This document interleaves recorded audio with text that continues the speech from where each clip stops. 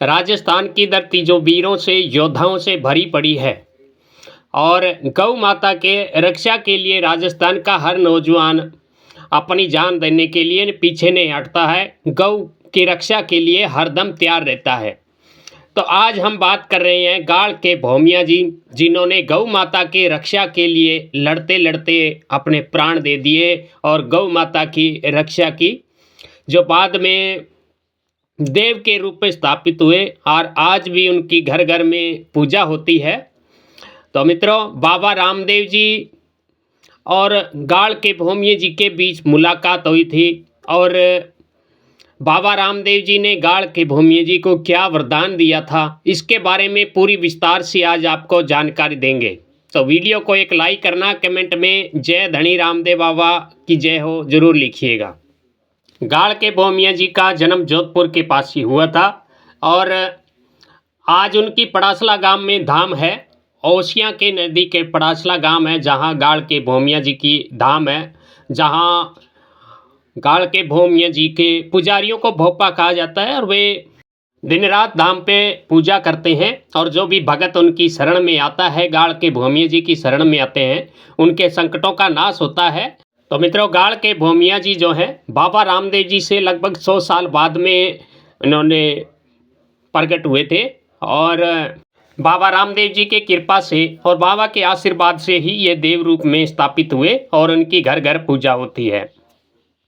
और बाबा रामदेव जी के आशीर्वाद से ही 13-14 के दिनों में बाबा के जहाँ पूजा होती है, रामदेव जी बाबा की पूजा होती है, तो वहाँ शक्तियाँ सिर्फ गाड़ के भोमिया जी की ही चलती है और उन्हीं को समर्पित किया है। बाबा रामदेव जी ने अपने परम शिष्य के रूप में गाड़ के भोमिया जी को अपना शिष्य बनाया था और वरदान दिया था कि आपकी घर घर पूजा होगी और आप देव रूप में स्थापित होंगे।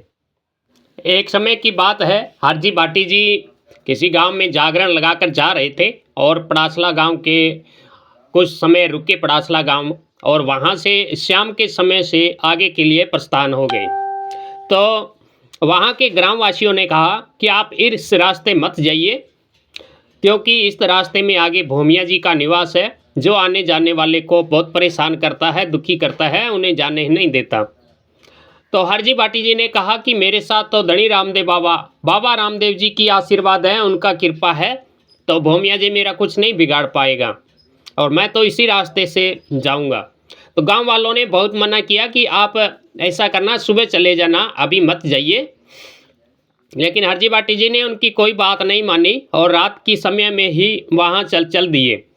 और भोमिया जी के कोई गुरु नहीं थे और गुरु न होने के कारण अभी वे नुगरे थे और देव रूप में प्रकट नहीं हुए थे और भूत के रूप में ही थे और भूत के रूप में ही वे आने जाने वाले लोगों को परेशान करते थे, उन्हें दंड दिया करते थे। तो जब हरजी बाटी जी चलते चलते जब भोमिया जी के स्थान के नज़दीक पहुँचे तो भोमिया जी ने दूर से ही कहा कि ये हरजी बाटी, अगर तू आगे बढ़ना चाहता है, आगे जाना चाहता है, तो मुझे प्रणाम करके चला जा, बिना प्रणाम किए तुझे मैं आगे नहीं जाने दूंगा। तो हरजी बाटी जी बाबा रामदेव जी के सेवक थे और सिर्फ बाबा रामदेव जी के सामने ही झुकते थे। तो उन्होंने कहा कि मैं सिर्फ और सिर्फ बाबा रामदेव जी को ही प्रणाम करता हूँ, मेरा सिर्फ और सिर्फ बाबा रामदेव जी के आगे सिर झुकता है, मैं आपके प्रणाम नहीं करूँगा, आपके आगे सर नहीं झुकाऊँगा। तो भोमिया जी ने कहा कि नहीं, तुझे अगर जाना है आगे मुझे प्रणाम करके ही जा सकता है, अन्यथा मैं तुझे नहीं जाने दूंगा। तो हरजी बाटी जी ने कहा कि नहीं, चाहे कुछ भी हो जाए, मैं तुझको प्रणाम नहीं करूंगा। इस पर दोनों की बहस हुई। तो भोमिया जी क्रोधित हो गए और एक सांड के रूप में उन्होंने बड़े जोर से डराना शुरू कर दिया हरजी बाटी को और अपने खुरों से, नाखूनों से बहुत धरती उठा कर फेंकने लगे, धूड़ उठा कर फेंकने लगे, जिससे हरजी बाटी बुरी तरह धूड़ में सन गए और चारों तरफ आंधी तूफान का सा माहौल उन्होंने बना दिया। इस बात से हरजी बाटी जी बिना भयभीत हुए बाबा रामदेव जी को याद करने लगे कि हे धनी, मैं तो सिर्फ आपकी ही भक्ति करता हूँ, मेरा सिर्फ आपके ही आगे झुकेगा, किसी अन्य के आगे नहीं झुकूंगा। यह भूत है, पलीत है, पता नहीं कौन है, जो मुझे आप अपने आगे झुकने के लिए मजबूर कर रहा है, लेकिन मेरा सिर सिर्फ और सिर्फ आपके ही आगे झुकेगा। आप आइए और मुझे इस संकट से छुटकारा दिलाइए। इधर भौमिया जी ने अपना पूरा जोर लगा रखा था हरजी बाटी को डराने के लिए, तरह तरह के उपाय कर रहा था, किंतु हरजी बाटी टस के मस नहीं हो रहे थे। तो हरजी बाटी बुरी तरह धूड़ में छन गए। उनका तंदूरा जो था, उन्होंने भजन गाया करते थे, जागरण जुम्मा लगाया करते थे, वह धूड़ में हो गया। उनकी झोली झंडा सब कुछ धूड़ में बिखर गया। और हरजी बाटी जी सिर्फ और सिर्फ बाबा को ही याद कर रहे थे, और याद करते करते आधी रात का समय व्यतीत गया।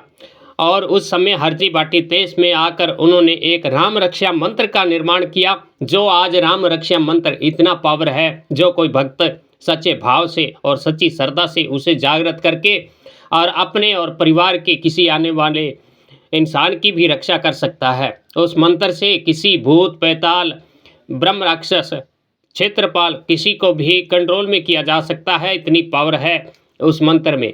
हरजी बाटी ने उस मंत्र का निर्माण किया था। वो मंत्र आपको हम यहाँ स्क्रीन पर डाल देंगे, आप सिद्ध कर सकते हैं आने वाले नवरात्रों में या अन्य समय में। बहुत ही पावर है इस मंत्र में। हरजी बाटी जब अपने दिल से और बड़े भाव से बाबा को याद कर रहे थे, तो तब धनी रामदेव जी बाबा को आना ही पड़ा। और बाबा आने के बाद गाड़ के भौमिया जी को गुरु मंत्र देकर उनका शरीर पवित्र किया और उन्हें देव रूप में स्थापित किया। तब से गाड़ के भौमिया जी हैं, बाबा रामदेव जी को अपना गुरु मानते हैं, और उन्हीं की कृपा से ये आज देव रूप में स्थापित हुए हैं। और जहाँ भी गाड़ के भौमिया जी की पूजा होती है, भक्ति होती है, या उनका जम्मा जागरण जो भी होता है, तो वहाँ बाबा रामदेव जी के भजन भी गाए जाते हैं, उनकी भी अरदास लगाई जाती है, तभी सामने वाले को लाभ होता है और उनके कष्टों की मुक्ति मिलती है। तो मित्रों, गाड़ के भौमिया जी बड़े चमत्कारी देव हैं, और गौ माता की रक्षा के लिए लड़ते लड़ते अपने प्राण दे दिए, और बिना सिर के ही गौ के रक्षा के लिए बहुत समय, लगभग कहते हैं कि 18 दिनों तक इन्होंने युद्ध किया था। और जब इनकी धड़ पड़ासला गांव में गिरी थी, वहां इनकी धाम बनी है, और आज भी सैकड़ों लाखों करोड़ों भगत इनके दर्शनों के लिए आते हैं और इनकी जय जयकार लगाते हैं और मन चाही मुराद लेकर जाते हैं। तो जो भगत सच्चे भाव से इनकी शरण में जाता है, बाबा रामदेव जी की पूजा आराधना करता है, तो उन्हें कभी भी भूत प्रेत जैसी बुरी जो दुष्ट शक्तियाँ हैं, उनका कुछ भी बाल बांका नहीं कर सकती है। तो मित्रों, अन्य जानकारी के लिए कमेंट कीजिएगा। जय बाबा रामदेव जी, खमा गणी।